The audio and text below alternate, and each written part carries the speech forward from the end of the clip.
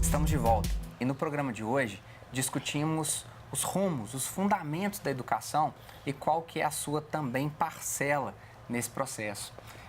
Tiago Rubia, em uma intervenção recente em uma escola em Belo Horizonte, da Rede Municipal de Belo Horizonte, eu tive a oportunidade de ver a despedida de uma professora. Era o último dia dela. Fizeram um lanche belíssimo na sala dos professores.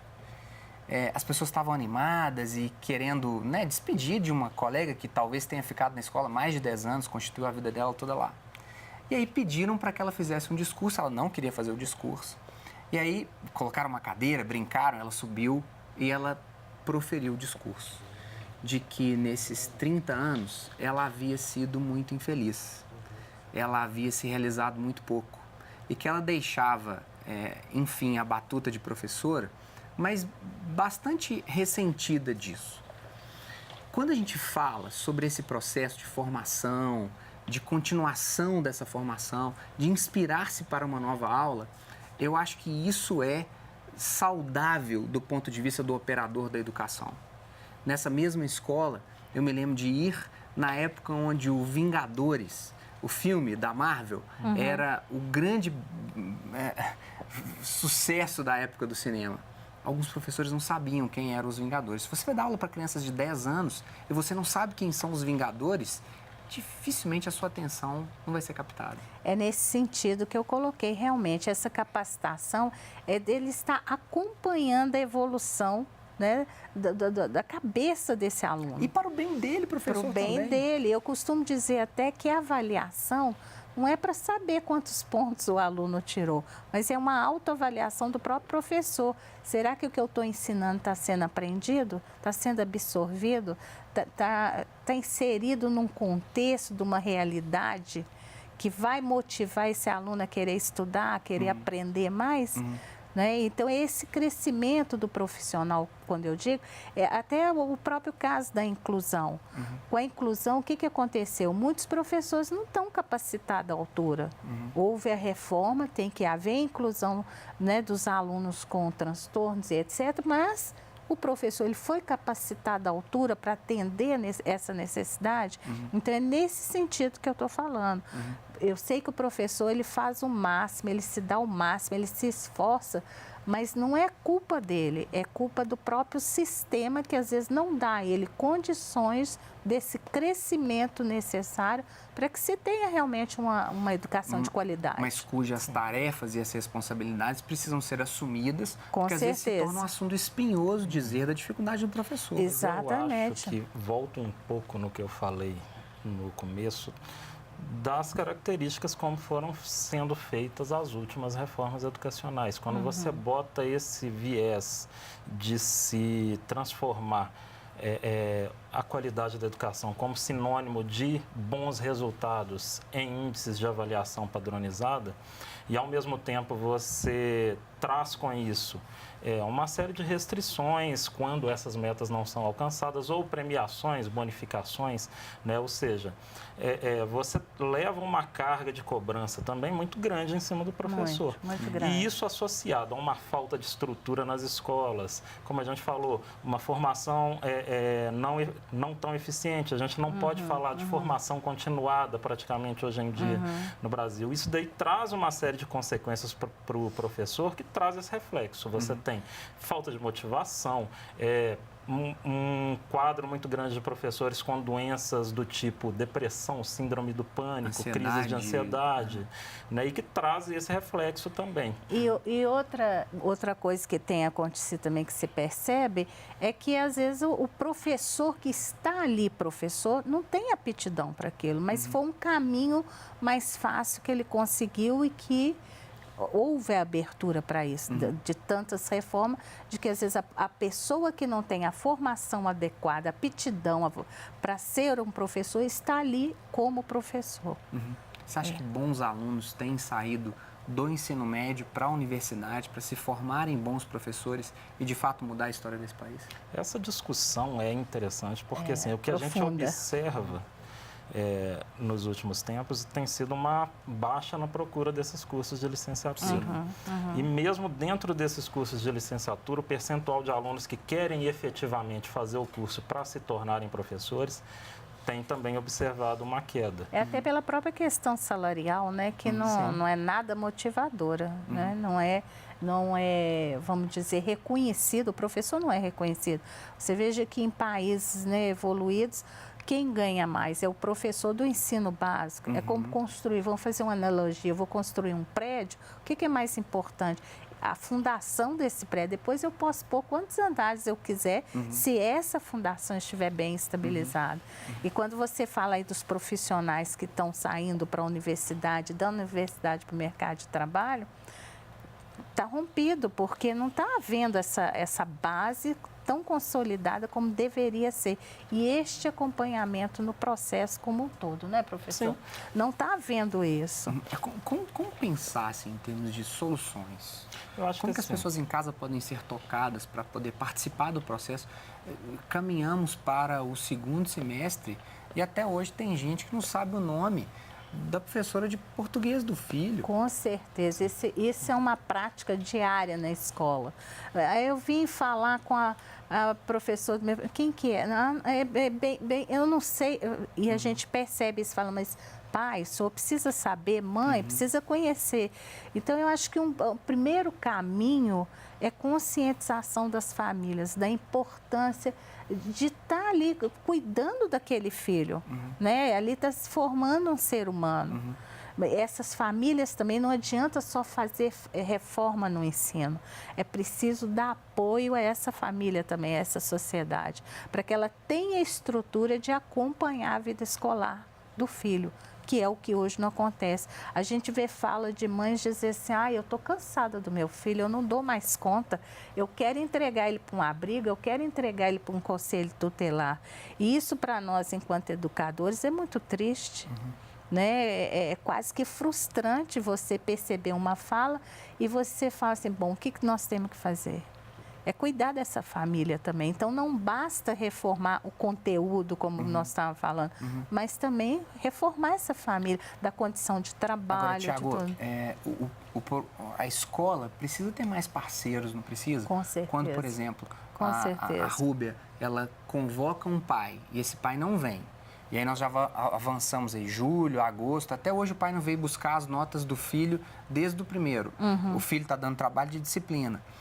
É preciso mais celeridade do Conselho Tutelar, de acionar o Conselho Tutelar e ir até essa família. É preciso, a escola precisa ser mais abraçada, não precisa? Precisa. Pelas paróquias, Precisa. pela associação comunitária. Como você falou, até acho que pelos assim próprios legisladores, né? forma. Precisa E aí, entender melhor. Acho que até um pouco pegando isso que a Rúbia falou dos legisladores, eu volto um pouco também na sua fala inicial, quando você fala que nós estamos aí completando 2 anos de implementação do Plano Nacional de Educação e as metas intermediárias praticamente não foram cumpridas, né? Então, assim, a gente tem que pensar um pouco assim em termos de esse PNE atual, eu acho que em relação ao PNE anterior, que foi um plano nacional em que você teve mais de 200 metas, uma série de vetos presidenciais, as propostas apresentadas aí por entidades ligadas à área de educação, sindicatos, associações, foram praticamente todas vetadas e a gente tem um outro PNE agora que é mais enxuto, que você teve aí na base dele uma discussão maior, uma participação maior por meio aí da Conferência Nacional de Educação. Mas agora é um ponto a se pensar que essa legislação, mesmo tendo esses avanços, no cumprimento, na prática, né, não estão sendo alcançados esses objetivos intermediários. Eu acho que isso tem muito a ver disso que a gente vem discutindo. A gente tem todo um histórico de educação sendo precarizada, educação com estruturas aí aquém do que deveria ser feito, professores insatisfeitos, mal pagos e com formações precárias. E que o reflexo vem acontecendo justamente agora. Eu acho que assim... É um efeito dominó, sim, né? A gente observa isso de uma maneira mais clara, talvez porque eu esse acho, Thiago, plano... que às vezes no efeito dominó, professora Rubia, há anteparos por exemplo. O pai está preocupado do filho estar na escola. E como existe, de fato, matrícula? A matrícula existe, né? Se pensarmos em Belo Horizonte, ainda existem bolsões de pobreza, onde é preciso uma intervenção mais clara, governamental, educacional? Claro que sim. Mas as crianças estão na escola. Eu acho que aí há uma falta de cobrança de todos os pontos, sabe? Mas, por exemplo, muitas prescrever vezes o dever de casa e cobrar o dever de casa. Mas eles estão na escola, muitas vezes, por causa da Bolsa Família. Sim, não sim. porque ele precisa do filho Mas lá. até avançando isso, sabe, Rubia? Prescrever o dever de casa. Quantos Sim. não são os professores que hoje fazem os trabalhos na escola com os meninos? Ah, mas ele não faz. Se eu mandar para casa, de cada 30, 2 voltam com o dever de casa cumprido. E aí para-se de fazer isso. Enquanto que na escola particular, você tem lá 100 listas de exercícios de física, sendo que 10 exercícios serão impossíveis. O menino tem que fazer aula particular para poder... Mas o que acontece muitas vezes na escola pública, que você percebe ao chamar um pai, né, uma família, entrevistar e conversar, é que essa família ela não é alfabetizada. Ela não consegue acompanhar o filho. Mas aí, Rubia, pense comigo, Tiago, e as pessoas em casa entenderem isso, né? Talvez a minha geração, ela tenha duplicado a educação dos pais. Eu sou filho de um comerciante com 7 anos de escolaridade formal, tenho mestrado hoje com 23 anos de escolaridade formal. E quantos não são os jovens que hoje, agora, nos assistem, que não tem perspectiva nem de equiparar a escolaridade dos pais. E quantos não são os pais que lutam muito para que os filhos tenham o bom celular, nutrição sem falar. Quando entramos Porque nas escolas são os hoje em dia, valores crianças hoje, com né? fome, É. crianças com fome, ainda existem bolsões de pobreza. Em Belo Horizonte, em Ponte Nova, em Manhuaçu, ainda existem bolsões. Mas esse ponto a gente avançou. O que mais me incomoda é pensar que o salto que a Coreia deu para produzir carros de extrema qualidade, Tiago, dentro do nosso espaço de vida, carros coreanos há 20 anos atrás, celular coreano há 20 anos atrás é um dos melhores. Tela de computador coreana há 20 anos atrás, nós vimos isso.